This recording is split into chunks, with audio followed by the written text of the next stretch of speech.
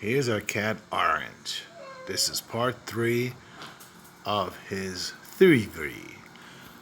He's trying to investigate why the refrigerator door does not open.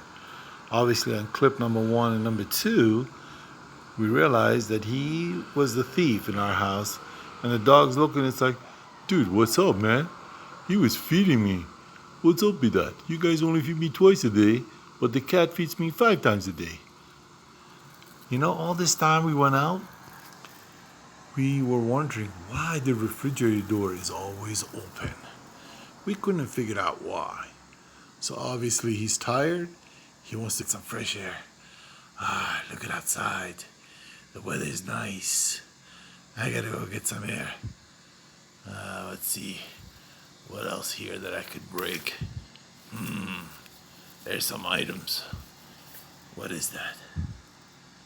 What the heck is that? Well, let me look around.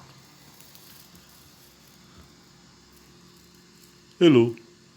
What's up with you? Are you okay? What do you want? What do you want? What do you want?